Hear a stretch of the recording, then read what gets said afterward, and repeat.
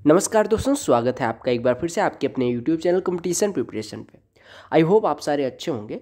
इस वीडियो में हम बात करने वाले हैं CGL 2020 टीयर 1 के 16 अगस्त सेकंड शिफ्ट के मैथ्स के पेपर के, जिसमें हम करेंगे सारे प्रश्न DI को छोड़ के, क्योंकि DI की आपको अलग प्लेलिस्ट प्रोवाइड कर दी जाएगी जिसमें सभी शिफ्ट के क्वेश्चंस होंगे। ठीक है, इससे पहले मैंने DI के प्रीवियस ईयर के जैसे CGL 2019, CGL मेंस 2019 ऐसे मतलब एग्ज़ाम वाइज सारे शिफ्ट का एक कंपाइल्ड वीडियो प्रोवाइड कर दिया है और उस प्लेलिस्ट में आपको टोटल 5-6 वीडियो मिल जाएगी, तो आप उससे तब तक प्रैक्टिस कर सकते हैं। जो लोग टेलीग्राम चैनल से नहीं जुड़े हैं, लिंक डिस्क्रिप्शन में आप ज्वाइन कर सकते हैं। अगर आपको कोई पर्सनल डाउट होता है तो आप इंस्टाग्राम पे भी मुझे मैसेज कर सकते हैं। आई विल ट्राई कि जब मेरे पे टाइम हो मैं आपको रिप्लाई कर पाऊँ। ठीक है, तो चलो स्टार्ट करते हैं। वीडियो पसंद आएगी तो लाइक कर देना और आप CGL 2020 सॉल्व पेपर्स नाम की प्लेलिस्ट है उससे ज़रूर जुड़े, क्योंकि वहाँ पे सारी शिफ्ट का सोल्यूशन उस प्लेलिस्ट में आपको मिल जाएगा। तो पहले प्रश्न पे आते हैं। पहला प्रश्न ज्योमेट्री से है। क्योंकि if one of the angles of a triangle is 74 then the angle between the bisectors of other two interior angles will be. ध्यान से देखिएगा, इसको करने का बड़ा आसान सा तरीका, और ऐसा क्वेश्चन मैंने पिछली शिफ्ट यानी 16 अगस्त पहली शिफ्ट में भी करवाया था। आपसे पूछा गया एंगल बिटवीन द बाइसेक्टर। अब angle between the bisector of other two interior angle कहने का मतलब हो गया कि मान लो ये A है, ये B है, ये C है, इसका बाइसेक्टर और इसका बाइसेक्टर जहाँ पे मिलेंगे मान लो वो D पॉइंट है। तो अगर आपसे एंगल BDC पूछा जाए, यानी एंगल BDC की बात की जाए, तो वो कितना होता है 90 प्लस एंगल A/2। 90 प्लस जो एंगल बच रहा है उसका आधा, जो बच रहा है एंगल उसकी वैल्यू कितनी दी गई 74। तो 74 का आधा कितना हो जाएगा 37। 37 90 में जुड़ेगा तो 127 आपका आंसर हो जाएगा। ये क्यों होता है ये भी बता दे रहा हूँ। आपको पता है एक कोण कितना है 74 अंश का, राइट। तो ये दोनों मिलके कितने का हो जाएगा 106 अंश का। अब अगर ये दोनों मिलके 106 अंश के हैं तो इनका आधा यानी ये वाला और ये वाला मिलके कितना हो जाएगा 53। अब अगर ये दोनों मिलके 53 है तो अगर हम नीले वाले ट्राइंगल में आए, दो कोण मिलके 53 है तो तीसरा कोण 180 माइनस 53 यानी कि 127 का हो जाएगा, राइट। तो बेसिक पता हो या आपको फॉर्मूला पता हो, बात एक ही है, राइट। और टेंशन लेने की कोई ज़रूरत नहीं है, आराम से करेंगे, सारे प्रश्न हो जाएंगे। What the ratio of average of first 8 prime numbers to the average of first 10 even natural numbers. ध्यान से देखिएगा, आपको पता होगा कि अगर मैं पहली 8 प्राइम संख्याओं का एवरेज निकालूं और पहली 10 natural numbers even natural numbers का क्या निकालूं एवरेज निकालूं, तो उनका रेशियो पूछा गया है। ठीक है, पहली 8 प्राइम संख्याएं कौन कौन सी हैं, तो आप कहेंगे 2 है, 3 है, 5 है, 7 है, 11 है, 13 है, 17 है और ये 19 है। ये पहली 8 प्राइम संख्याएं हो गई। ठीक है, इनका एवरेज निकालने के लिए जोड़ेंगे बटे 8 कर देंगे। जोड़ोगे कैसे, 19 17 36, 3 39 10 49, 1 50 10 60, 7 67, 5 72, 3 75, 2 77, 77 बटे 8 इनका एवरेज हो गया, राइट। और आपको पता है पहली 10 नेचुरल नंबर्स का, पहली 10 नेचुरल नंबर्स का वो कितना हो जाएगा, क्या चीज़, पहली 10 नेचुरल नंबर्स का जो सम होगा वो कितना हो जाएगा। आपको पता होगा कि पहली 10 नेचुरल नंबर्स का जो सम होता है वो होता है n इंटू एन प्लस 1। आपको पता होगा, यानी अगर पहली n नेचुरल नंबर्स का सम पूछूं तो आप कहेंगे पहली n नेचुरल इवन पहली n इवन नेचुरल नंबर्स का या पहली n इवन नंबर्स का, यानी पहली n सम संख्याओं का अगर मैं सम पूछूं योग क्या होगा, तो आप कहेंगे n इंटू एन प्लस 1 होता है। आप देख लो ना, मान लो कि पहली संख्या कौन सी है, पहली संख्या है 2, दूसरी संख्या है 4। कितनी संख्या है 2, दोनों का योग कितना हो गया 2 4 6। अगर यहाँ कितनी संख्या है 2, तो n बराबर 2 पुट कर दो तो 2 गुणे 3 यानी कि 6 हो जाएगा। अगर पहली n इवन नंबर्स का जो सम है, यानी कि सम ऑफ पहली n इवन नंबर्स, ये अगर n इंटू एन प्लस 1 है तो एवरेज कितना हो जाएगा, एवरेज बराबर होता है योग बटे संख्याओं की संख्या, तो n से डिवाइड कर देंगे यानी एवरेज हो जाएगा n प्लस 1। ठीक है, यानी आपको बस सीधे याद रखना है कि पहली n सम संख्याओं का जो एवरेज होता है वो n प्लस 1 होता है, और पहली n ऑड संख्याओं का एवरेज कितना होता है n, क्योंकि उनका योग होता है n स्क्वायर। तो अगर हम n से डिवाइड करेंगे तो कितना हो जाएगा मेरे भाई, अगर n से डिवाइड करेंगे तो हो जाएगा n, यानी ये पहली n, ये वाली जो n स्क्वायर है वो क्या है, पहली n ऑड नंबर्स का क्या है योग है, यानी पहली n ऑड संख्याओं का विषम संख्याओं का योग कितना होता है n स्क्वायर। अगर एवरेज की बात करें n, ऐसे पहली n सम संख्याओं का एवरेज कितना होता है n प्लस 1। यहाँ पे पहली कितनी n बराबर कितना दिया गया 10, पहली 10 सम संख्याओं का एवरेज पूछा गया है। तो अगर पहली n सम संख्याओं का एवरेज n+1 है तो पहली 10 का कितना हो जाएगा, n बराबर 10 पुट कर दो यानी 11।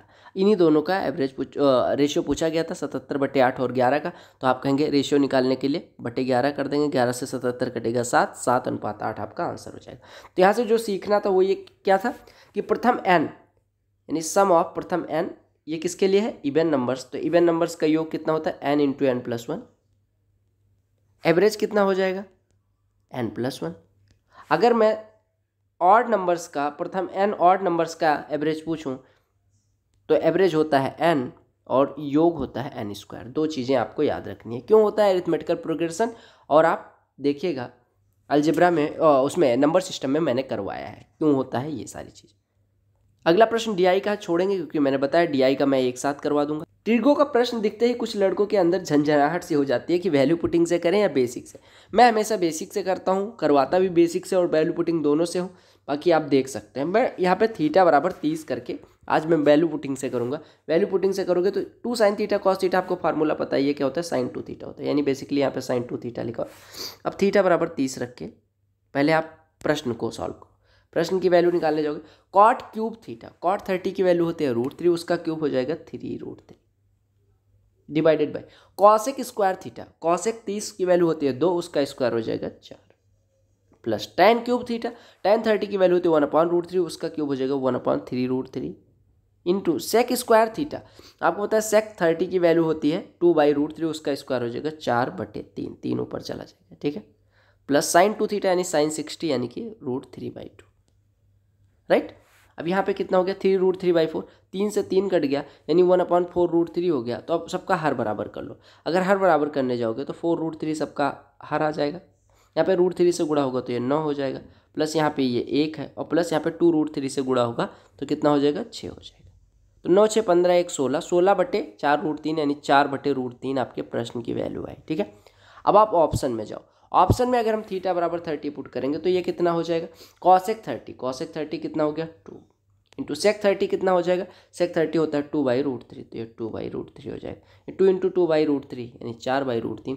तो दोनों पे अगर प्रश्न की भी वैल्यू थीटा बराबर 30 पे उतनी आ रही है और ऑप्शन की भी वैल्यू वही आ रही है तो आपका यही ऑप्शन करेक्ट हो जाएगा। अदरवाइज आप सॉल्व भी कर सकते थे, कॉट को मतलब सबको साइन कॉस में बदल लेते, आपका आंसर आ जाता, राइट। ये प्रश्न देख लो, कहा गया A and B can complete a work in 15 days. Time and work के क्वेश्चंस में पढ़ते पढ़ते लिख लिया करो कि A और B दोनों मिलके कोई कार्य 15 दिन में कर सकते हैं। Sorry, A and B can complete a work in 15 days and 10 days, यानी A कोई कार्य 15 दिन में कर सकता है और B 10 डेज में कर सकता है, ठीक है, अलग अलग दिया गया। कहा गया they started working the together but after 4 days B had to leave, यानी कि इन्होंने 4 दिन तक एक साथ कार्य किया, उसके बाद B ने छोड़ दिया, ठीक है। कहा then A working with the new worker C completed the remaining work in 3 days, यानी कि फिर A ने स्टार्ट करा काम करना और C के साथ उसने 3 दिन में बचा हुआ कार्य खत्म कर दिया। तो कहा गया C अकेले कार्य करता तो कितने दिन में 40% कार्य का कर देता। अब आसान सा प्रश्न है, आपको क्या काम करना है, 15 और 10 का एलसीएम ले लेना है। आपका 15 और 10 का एलसीएम 30 हो गया, तो आप मान लो कि 30 यूनिट टोटल का है। अगर 15 दिन में भाई साहब 30 करते हैं तो एक दिन में 2, ये भाई साहब 10 दिन में 30 यानी एक दिन में 3 करते हैं। दोनों मिलके काम करना शुरू करते हैं तो एक दिन में 2 + 3 5 करेंगे, 4 दिन इन्होंने काम किया यानी 20 यूनिट हो गया, राइट। अब बचा कितना 10 यूनिट। 10 यूनिट कौन करता है, A और C, कितने दिन में 3 दिन में। अगर A और C मिलके 3 दिन में 10 यूनिट करते हैं तो एक दिन में कितना करते होंगे 10/3, यानी A और C मिलके एक दिन में 10/3 करते हैं। A और C मिलके एक दिन में 10/3 करते हैं। आपको पता है A 2 करता है तो यहाँ से C कितना हो जाएगा, C बराबर हो जाएगा 10/3 - 2 यानी कि 4/3। C एक दिन में करता है 4/3 यूनिट, तो आपको करवाना कितना है, टोटल वर्क का 40%, टोटल वर्क का 40% यानी 30 का 40% करवाना है, यानी हमें 12 यूनिट करवाना है। C एक दिन में करता है 4/3, तो 12 यूनिट करने के लिए 12/4/3 डेज की आवश्यकता होगी। 4 × 12 3 × 9 डेज की आवश्यकता होगी। आसान सा प्रश्न था, थोड़ा सा लैंग्वेज 3 लाइन में थी, बाकी कुछ नहीं। टाइम स्पीड एंड डिस्टेंस का प्रश्न है, कहा कि ये train leaves station A at 8 AM and reaches station B at 12 noon। ये car leaves station B at 8:30 AM and reaches station A at the same time when the train reaches station B। at what time do they meet। ध्यान से देखिएगा, कहा गया कि ये A और B 2 point हैं, ठीक है। कहा गया कोई ट्रेन है जो 8 बजे सुबह निकलती है ना, और 12 बजे दोपहर में पहुंच जाती है। क्या ट्रेन, यानी 4 घंटे में वो पहुंच जाती है, राइट, ओके, ठीक है। वो क्या करती है, 12 बजे पहुंच जाती है। अब कहा गया कि एक कार है जो 8:30 पे निकलती है बी से, यहाँ से 8:30 पे निकलती है और कितने बजे पहुंच जाती है, ये 12:30 PM होगा, 12 PM होगा, ठीक है। 8:30 पे निकलती है, अच्छा सॉरी AM होगा, 8:30 पे निकलती है और 12 AM पे पहुंच जाती है। यार AM PM में कन्फ्यूजन हो रही है, देख रहे हो। तो कहा गया कितने टाइम पे ये दोनों मिली होंगी। अब ध्यान से देखिएगा, अगर मैं क्या काम करता हूँ, आप देखो 8 से 12 कितने घंटे हुए, 4 घंटे। 8:30 से 12 कितने घंटे हुए, 3.5 घंटे। आप एक काम करो कि 4 और 3.5 का एलसीएम ले लो, तो आपको हो गया 28 हो गया, 28 हो गया। 4 और 3.5 का एलसीएम कितना हो गया, वैसे होता है 14, लेकिन आप मान लीजिए 28। अब जो 28 आए, जो टाइम का हमने एलसीएम लिया, आपने कहना है कि उतनी टोटल दूरी यानी ए से बी के बीच की दूरी 28 किलोमीटर है। देखो मैं बेसिक से एकदम करवा रहा हूँ, आपको क्या काम करना है, जो टाइम लगा उसका रेशियो एलसीएम लेना है और उतनी पूरी दूरी मान लेनी है। मतलब आपको मिल गई कि ए से बी के बीच की दूरी 28 है। अब अगर ए से बी के बीच की दूरी 28 है और जो ट्रेन है वो 4 घंटे में ट्रेवल करती है, यानी ट्रेन की स्पीड हो गई 7 किलोमीटर प्रति घंटे, और ये जो कार है वो 3.5 घंटे में ट्रेवल करती है, तो उसकी स्पीड हो जाएगी 8 किलोमीटर प्रति घंटे, ठीक है। अब पूछा गया कितने बजे मिलती हैं, तो बस आपका प्रश्न आसान सा बन गया। कैसे, देखो ये इधर से चलती है, ये इधर से चलती है, बस ये ध्यान रखना है कि कार जो है वो 8:30 बजे निकलती है, 8:30 बजे निकलती है, यानी कि तब तक ट्रेन हमारी आधे घंटे चल चुकी होती है। जब हमारी कार निकलती है तब तक ट्रेन आधे घंटे चल चुकी होती है, तो आपको बस निकाल देना है कितने बजे मिलेंगे। अब ध्यान से देखिएगा, आधे घंटे, जैसे ये 8 बजे ही स्टार्ट हो जाती है, 8:30 बजे, आधे घंटे में 7 की स्पीड से 3.5 किलोमीटर चल दिया होगा, यानी अब यहाँ से ये दोनों एक साथ चलना शुरू करती हैं, यानी दूरी कितनी बची, 24 किलोमीटर इनको ट्रेवल करना है। एक की स्पीड 7 है, एक की स्पीड 8 है, ठीक है। अब यह निकाल लो, अगर एक दूसरे की तरफ चलती हैं तो स्पीड कितनी हो जाती है, दोनों की स्पीड का योग यानी 15। 24.5 चलने में 15 की स्पीड से कितना टाइम लगेगा, 24/15, या हम कह सकते हैं 49/30, 49/30 घंटे। अगर मिनट में बदलें तो 60 से गुणा कर लो, यानी 98 मिनट लगेंगे, राइट। 98 मिनट कितने होते हैं, 1 घंटे 38 मिनट, यानी कि दोनों के एक साथ चलने के बाद 1 घंटे 38 मिनट बाद दोनों मिलती हैं। दोनों एक साथ चल कब रही हैं, 8:30 बजे, क्योंकि 8:30 बजे कार स्टार्ट होती है, उसके 1 घंटे 38 मिनट बाद ये दोनों मिल रही हैं, यानी कि 8 1 9, यहाँ 30 मिनट और 38 मिनट मिल के 1 घंटे और हो जाएंगे, यानी कि ये 10 घंटे हो गए और 8 मिनट बच रहे हैं, यानी 10:08 पे ये मिलेंगे। देखो 8:30 बजे के बाद अगर मैं पूछूं 8:30 के 1.5 घंटे बाद, तो आप कहेंगे 10 बज रहा है। अगर मैं पूछूं उसके 8 मिनट बाद, तो आप कहेंगे 10:08 हो रहा है। देखो प्रश्न समझाने में इतना डिटेल में जाना पड़ा, अदरवाइज आपको बस इतना देखना था कि भैया दूरी आपको मान लेनी है 28, आधे घंटे चल चुके हैं, यानी कि 8:30 बजे यहाँ से दोनों एक तरफ स्टार्ट करती हैं, दूरी है 24.5, 8:30 बजे, 8:30 बजे, ठीक है। और आपको पता है स्पीड 15 है, तो 24.5 चलने में 98 मिनट का टाइम लगेगा, यानी 1 घंटे 38 मिनट, तो आप जोड़ दो 1 घंटे 38 मिनट, तो जगह 8 3 3 6, यानी ये 0 हो जाएगा, 8 1 9 1 10, यानी 10:08 पे मिलेंगे। समझ आ गया। अगला प्रश्न देखो, कहा गया 3 shopkeepers ABC marked an identical article at 4820। ABC sold their article on successive discounts of 20% and 20%, 25% and 15%, 30% and 10% respectively. Which shopkeeper gives the maximum discount and how much? ध्यान से देखिएगा, आपसे कहा गया कि 4820 किसी वस्तु का मूल्य है, ठीक है, उस पर 3 दुकानदार अलग अलग तरह से छूट देते हैं।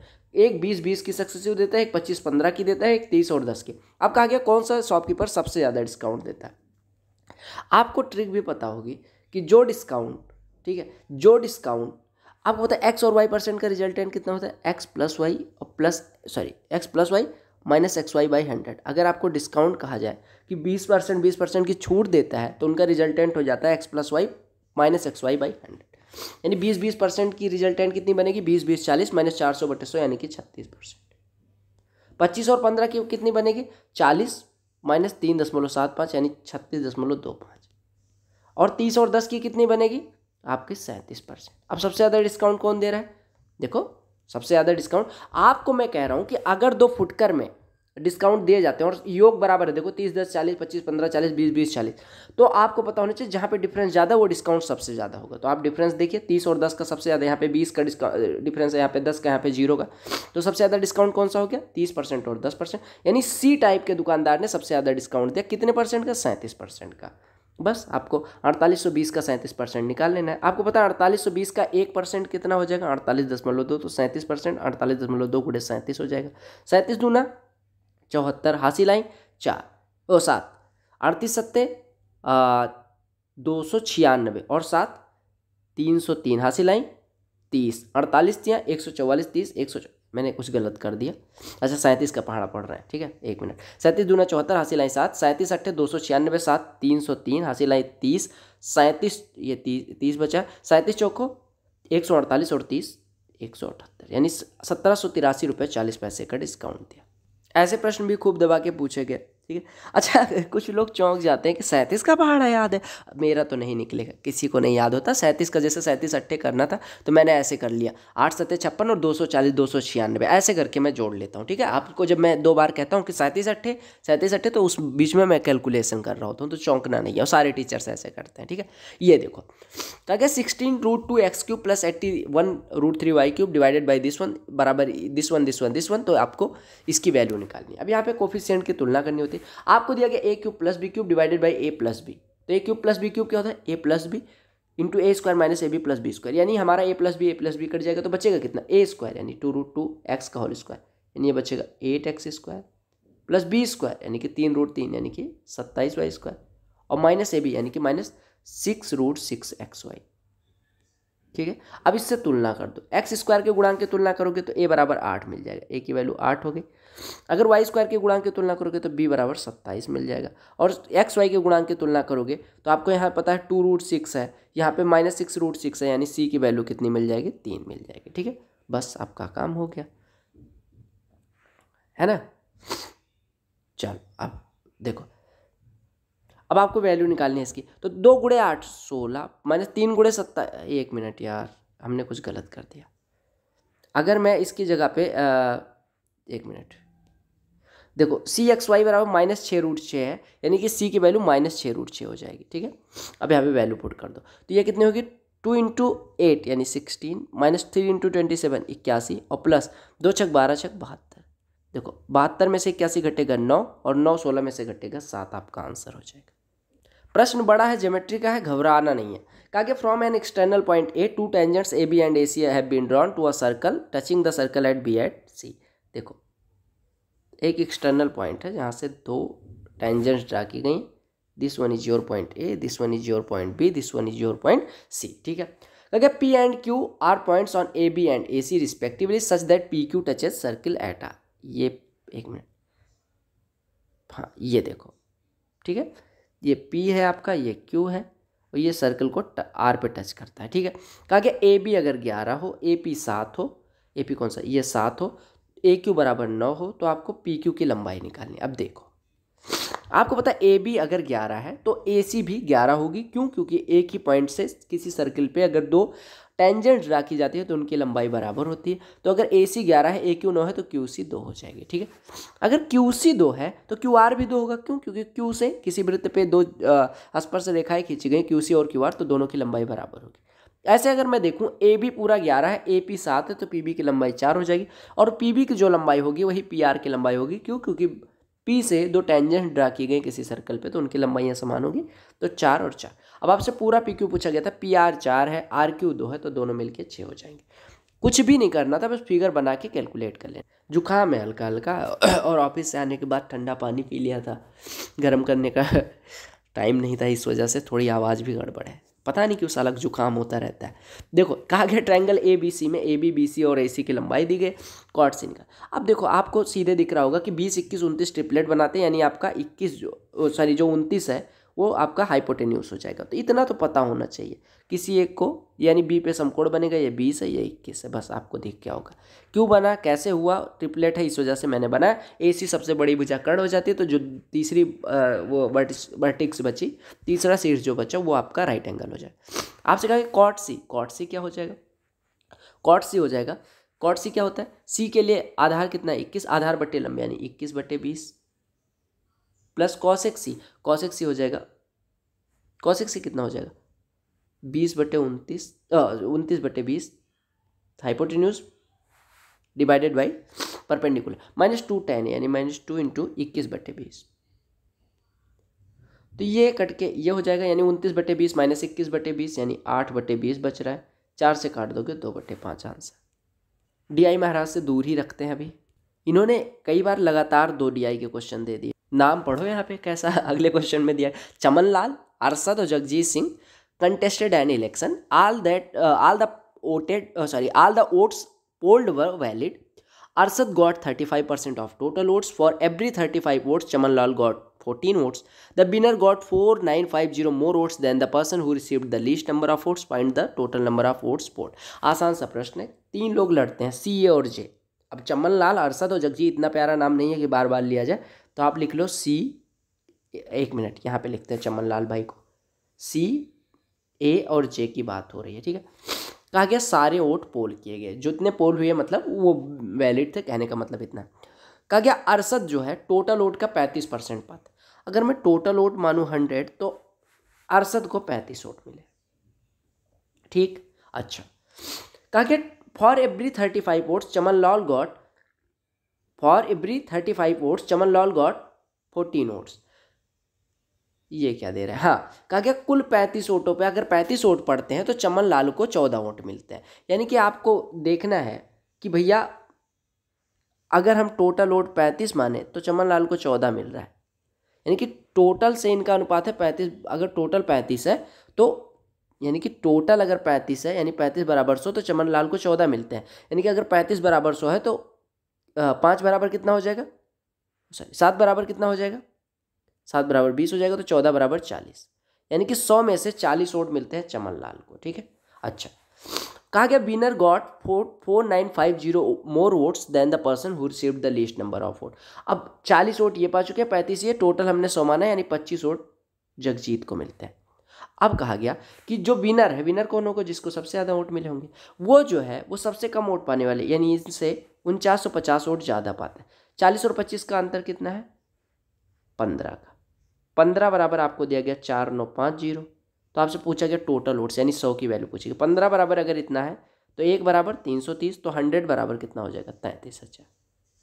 देखो फिर से समझो, बहुत आसान सा प्रश्न है, समझने में बस फेर होगी, ठीक है। कहा गया, मैंने कहा 100 वोट टोटल मान लेते हैं, ठीक है। अच्छा प्रश्न है। कहा गया अरशद जो है वो टोटल का मतलब जितने पोल हुए उसका 35% पाता है। हमने कहा भैया अरशद को 35 वोट दे दो, 100 में से 100 का 35% 35 वोट। कहा गया कि for every 35 votes Chaman Lal got 14 votes, यानी कि अगर 35 वोट पढ़ते तो उसमें से 14 वोट चमन लाल को पढ़ते। हमें पता है 35 ना पढ़ के 100, यानी जो हमारा 35 दिया गया क्वेश्चन में वो वास्तव में मैंने 100 माना है, यानी अगर 35 100 है तो चमन लाल को 14 मिले, यानी 35 बराबर 100 तो 7 बराबर 20 या 14 बराबर 40, यानी चमन लाल को पता चल गया 40। अब 100 में से 40 वोट चमन लाल और अरशद को 35, तो बचा कितना, 25 वोट किसको मिले होंगे, जगजीत। और आपको चमन लाल और जगजीत के वोटों का अंतर दिया गया 4950, हमने अंतर निकाला 15 है, 15 बराबर 4950 यानी 1 बराबर 330। तो आपसे टोटल पोल्ड वोट यानी 100 की वैल्यू पूछी गई थी। अगला प्रश्न देख लो अलजेब्रा का, ठीक है, जुकाम तंग कर रखा है। कहिए ये 4x पावर 4 माइनस इतना plus 9 is equal to 0, x greater than है √3/2 से, तो आपको इसकी वैल्यू फाइंड। अब देखो मैंने आपको बताया कि जिसका क्यूब हो स्क्वायर हो आप देख लिया करो, ये आपका 2x का होल क्यूब बन रहा है और माइनस 3/x का होल क्यूब बन रहा है, राइट। यानी अगर आपको 2x माइनस 3/x पता चल जाए तो इसकी वैल्यू निकल के आ जाएगी। अब ध्यान से अगर मैं यहाँ x स्क्वायर से डिवाइड करके इसको इधर ट्रांसफर कर दूँ तो आपका मिलेगा कितना, 4x स्क्वायर, ठीक है, प्लस 9/x स्क्वायर बराबर 37, राइट। अच्छा, आप एक चीज़ देखो, अगर मैं 2x माइनस 3/x का होल स्क्वायर निकालूं तो कितना हो जाएगा, 4x square plus 9/x square आएगा यानी 37, माइनस 2 ये भी यानी -2 into 2x into 3/x, x cut गया यानी 37 माइनस 12 यानी 25। अगर 2x माइनस 3/x का होल स्क्वायर 25 है तो 2x माइनस 3/x कितना हो जाएगा, √25 यानी कि 5, यानी हमारे इसकी वैल्यू आ गई 5। बस अगर 2x माइनस 3/x 5 है तो उसका क्यूब कर दो तो हो जाएगा 8x cube minus 27/x cube minus 3 ये भी यानी कि -3 into 2 into 3 into a minus b की वैल्यू 5, ये बराबर कितना हो जाएगा 125। आपको इसकी वैल्यू चाहिए यानी इसको इधर ट्रांसफर कर देंगे तो ये कितना है, 3 दूनी 6 पंचे 30 या 90, 90 इधर हो जाएगा यानी कि ये 125 और 90 कितना हो जाएगा 215। समझ आ गया। अच्छा आप कहेंगे इसका कहाँ यूज है, इसका यूज यहाँ आया क्योंकि हमने पॉजिटिव वैल्यू ली, क्योंकि x हमारा पॉजिटिव है तो इसकी वैल्यू भी पॉजिटिव होगी। प्रेम है आपका, इस वजह से बीमारी में भी काम कर रहा हूँ, अदरवाइज काम करने की ज़रूरत नहीं है। कहा गया if the 9 digit number this one is completely divisible by 88, तो आपको पी स्क्वायर माइनस क्यू की वैल्यू फाइंड करनी है। कहा गया क्यू की लार्जेस्ट वैल्यू लेनी है और पी और क्यू दोनों नेचुरल नंबर्स यानी कि धनात्मक संख्या हमें लेनी, ठीक है। नेचुरल नंबर्स वैसे निगेटिव भी हो सकते हैं, लेकिन हमें पॉजिटिव ही लेनी है ना। ध्यान से देखो, आपको पहले संख्या लिखनी है 7P5964Q28। अगर ये 88 से डिविजिबल है तो 11 से भी कटनी चाहिए, और किससे कटनी चाहिए? 8 से। 8 से डिविजिबिलिटी सबसे पहले चेक किया करो। 8 से डिविजिबिलिटी का रूल यही कहता है कि लास्ट 3 डिजिट 8 से कटनी चाहिए। अगर हम Q बराबर 1 रख दें तो हमारा 128 8 से कट जाएगा, लेकिन आपको पता है Q बराबर 1 रखने पे अगर ये कट रहा है, क्योंकि हमें मैक्सिमम वैल्यू लेनी है, तो क्योंकि मैक्सिमम वैल्यू कितनी हो सकती है? 9। 9 रख के देख लो, अगर कट रहा है तो ठीक है, नहीं तो फिर हम वैल्यू चेंज करेंगे। 8 से डिवाइड करो, Q बराबर अगर 9 रखें तो 8 इक्का 8, ये आपको बचेगा 12, 8 इक्का 8, ये बचेगा 4, 48, 8 छः 48, यानी Q की मैक्सिमम वैल्यू जो चाहिए थी Q की वैल्यू 9 मिल गई। अब Q की जगह पे 9 लिख दो, Q की जगह पे हमारा कितना आ गया? 9, तो Q की वैल्यू हमारी आ गई 9। यहाँ पे मैं Q की जगह पे 9 लिख दे रहा हूँ। अब हमारा 8 से डिविजिबिलिटी हो गया, तो Q की मैक्सिमम वैल्यू भी हो गई। अब 11 से डिविजिबिलिटी पे आते हैं। 11 से डिविजिबिलिटी बेसिकली कहती क्या है कि अल्टरनेट डिजिट का सम ले लो। ये देखना एक गलत ना हो, सम ले लो। तो कितना बचा? 7 5 12 6 18 9 27 8 35, इधर सम आ गया। और जो बचा कितना? P + 9 + 4, 9 4 13 2 15, P + 15 बच रहा है। इन दोनों का अंतर लो, अगर वो 11 है या 0 है तभी क्या कटेगा? तभी वो 11 से पूरी संख्या कटेगी, यानी अल्टरनेट डिजिट का जो सम होता है, अगर वो उसका डिफरेंस 0 या 11 के टेबल का है तभी वो संख्या 11 से कटती है। तो अंतर ले लो, 35 में से P + 15 को घटा दो।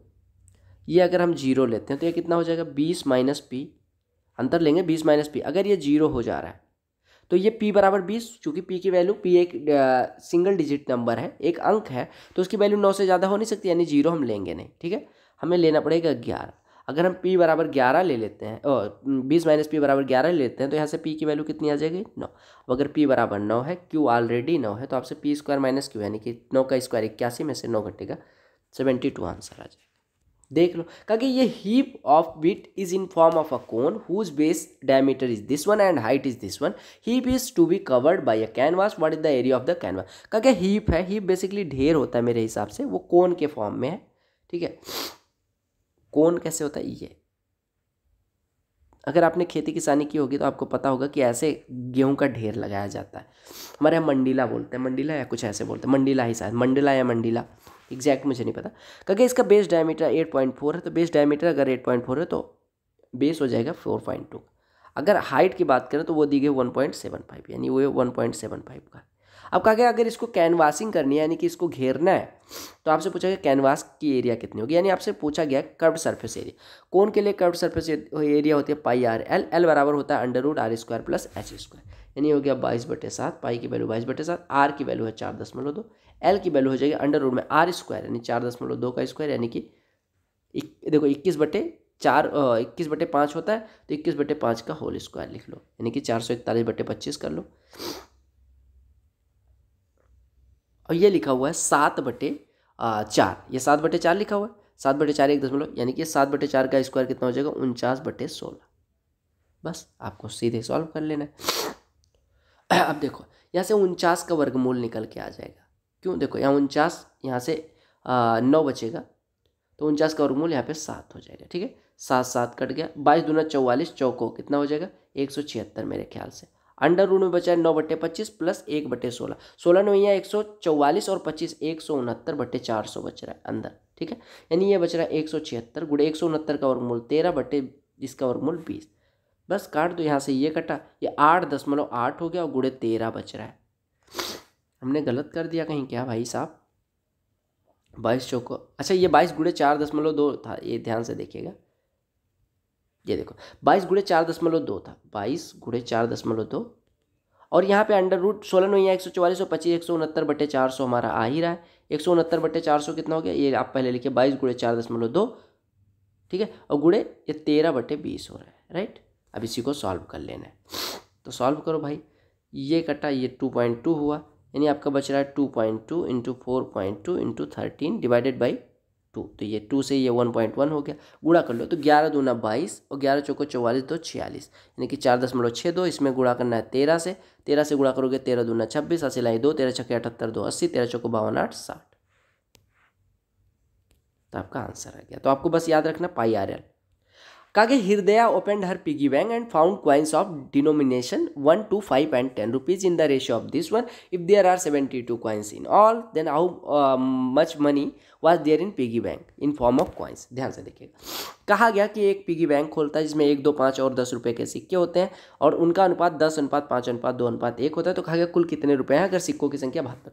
आप अगर माने कि 10, 5, 15, 2, 17, 1, 18 सिक्के हैं, ऐसे जोड़ें तो हमारे सिक्के अगर अनुपात को जोड़ें तो 18 अनुपात जो है वो वास्तव में 72 के बराबर है, यानी कि 18 का 4 गुना। तो सिक्कों की संख्या आप देखिए 1 रुपये, 2 रुपये, 5 रुपये और 10 रुपये के सिक्कों की संख्या जो हमारी 10, 5 और 2 और 1 है वो उतना ना होकर उस सबका 4 गुना, यानी 1 रुपये के 10 चौको 40 सिक्के हैं, 2 रुपये के 5 चौको 20 सिक्के हैं, 5 रुपये के 2 चौको 8 सिक्के हैं और 10 रुपये के 4 सिक्के। तो रुपये जोड़ लो कितने हो गए, 10 चौको 40 और 40 80 हो गया, और 40 120 और 40 160। अगला प्रश्न देख लो, अच्छा प्रश्न है, ये थोड़ा सा ट्रिकी है, वैल्यू पुटिंग से कर लेंगे।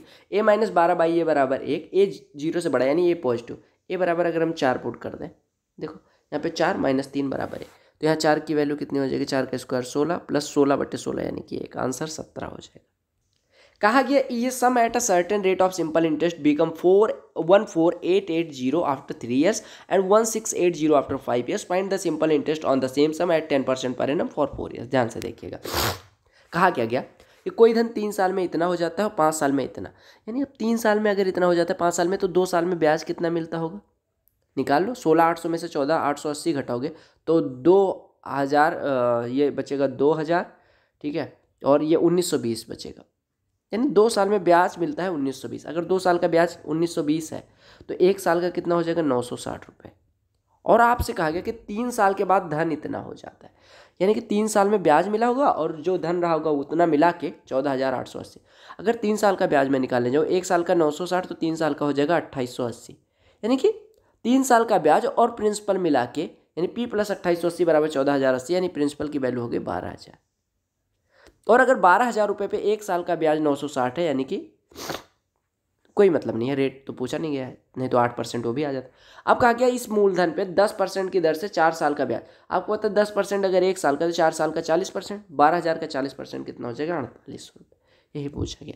अगला प्रश्न सिंप्लीफिकेशन, सरलीकरण का प्रश्न है। आप ऑफ है नहीं तो आपको डिवीजन से सॉल्व करना है। ब्रैकेट है तो सबसे पहले स्मॉल, फिर कर्ली, फिर बिग ब्रैकेट।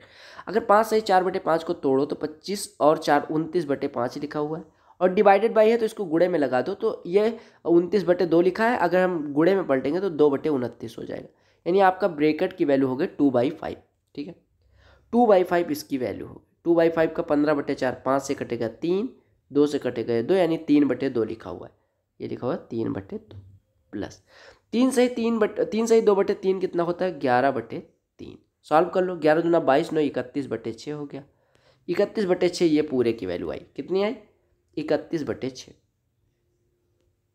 प्लस ये कितना लिखा है, 6 × 18 5 23/6, जोड़ दो तो ये हो गया 4, ये हो गया 5/6, 54/6 कितना हो जाएगा, 9।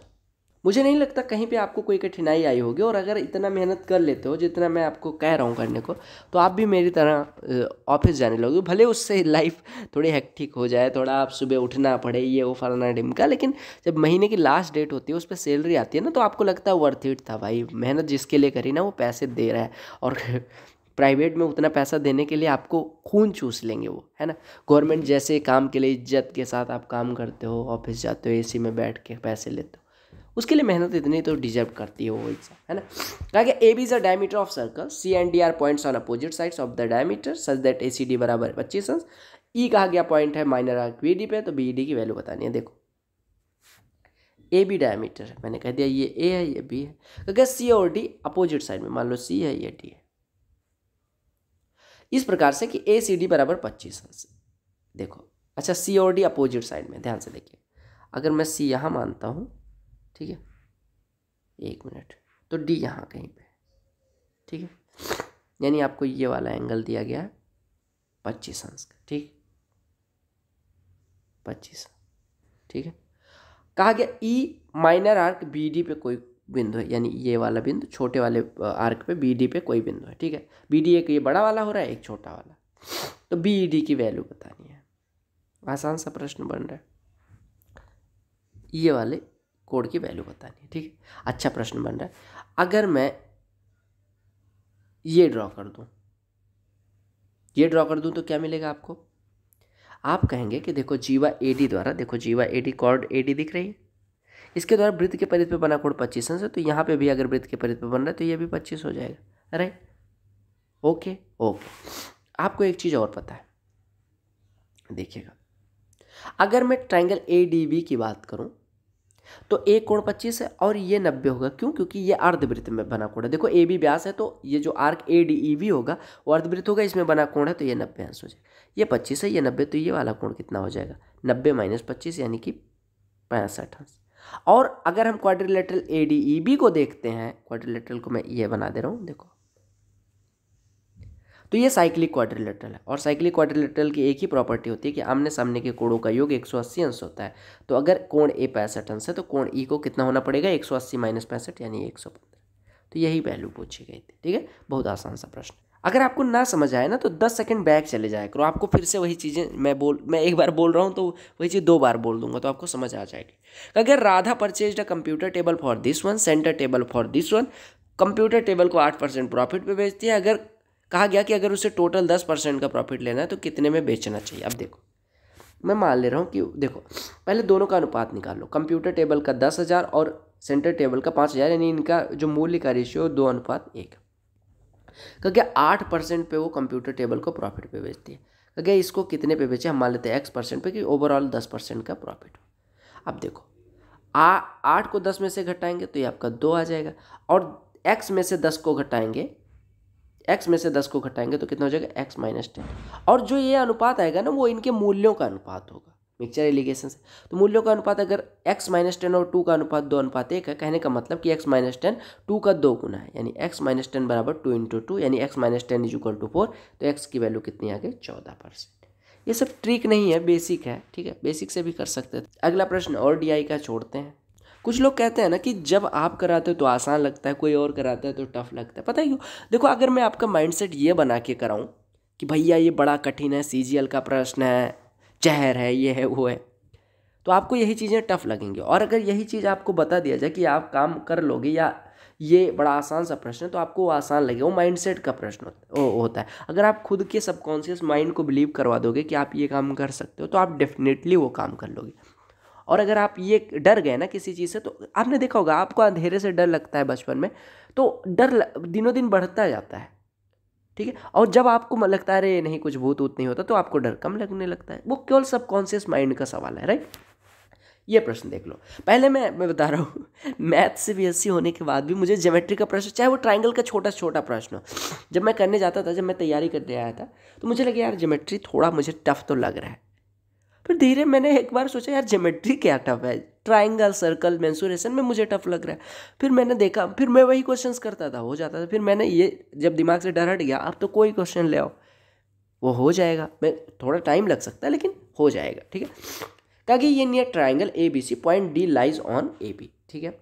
E and F lies on BC such that DF is a parallel to AC and DE is parallel to AF। देखो, अगर ट्राइंगल ABC है कोई, ठीक है, अगर D कोई पॉइंट है AB पे इस प्रकार से, ठीक है, और E और F BC पे, sorry, and point E and F lies, sorry, D AB पे है, मैंने थोड़ा गलत कर दिया, ये D है, वो AB पे कोई पॉइंट है, और कहा गया EF BC पे कोई पॉइंट है, इस प्रकार से कि DF जो है वो AC के पैरेलल है। ये DF है, वो AC के पैरेलल है, यानी ये दोनों भुजाएं पैरेलल है। और कहा गया DE जो है वो किसके पैरेलल है? AF के पैरेलल है।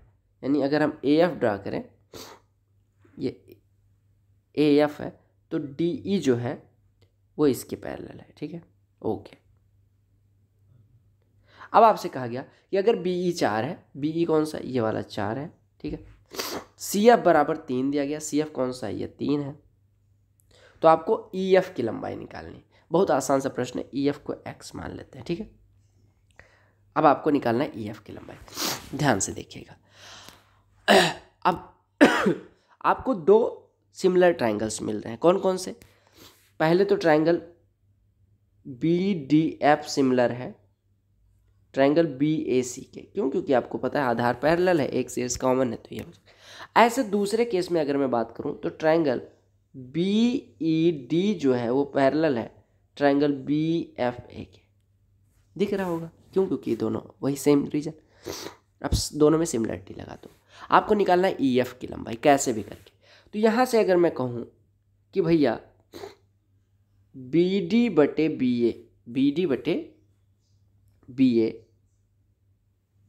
बराबर DF बटे AC बराबर BF बटे BC, यहाँ पे पहली सिमिलरिटी लगाए, मैं बेसिक से करवा रहा हूँ एकदम ताकि आपको समझ में आ जाए। दूसरे ट्रायंगल में अगर मैं लगाऊं तो आप कह सकते हैं BE बटे BF बराबर ED बटे AF बराबर BD बटे AB या BD बटे BA। ध्यान से देखिएगा। अब आपको निकालना क्या है? आपको EF की लंबाई निकालनी है कैसे भी करके। EF की लंबाई आपकी, अगर आपकी EF की लंबाई निकालनी है तो आप BF की लंबाई निकाल लो। BF की लंबाई के लिए आपको पता है यहाँ पे BF आ रहा है और यहाँ पे BF आ रहा है, ठीक है, समझ रहे हो ना? अब देखो, आपको पता है कि BD बाई BA के बराबर ये भी है, दोनों BD बाई BA के बराबर ये भी है, यानी ये दोनों आपस में भी बराबर हो गए, ठीक है। यानी आपको यहाँ से मिल गया BF बाई BC बराबर BE बाई BF, है ना, मिल गया। बस आपको सॉल्व कर लेना है। तो BF की लंबाई कितनी है? 4, ये है, x ये है, 4 + x बाई BC की वैल्यू कितनी है? 4 + x + 3 यानी 7 + x बराबर BE है 4 बटे BF कितना है? 4 + x। सॉल्व कर लो। तो 4 + x का होल स्क्वायर यानी 16 + x स्क्वायर + 8x बराबर 28 + 4x, यानी आपका हो गया x स्क्वायर + 4x - 12 बराबर 0। 12 के दो ऐसे फैक्टर जिनको जोड़ने घटाने पे कितना आए? 4 आए। तो आप कहेंगे x बराबर 2 पुट करोगे तो आपका आंसर आ जाएगा। x बराबर 2 आपका आंसर हो गया। x बराबर 2 यानी EF की लंबाई हो गई, ठीक है।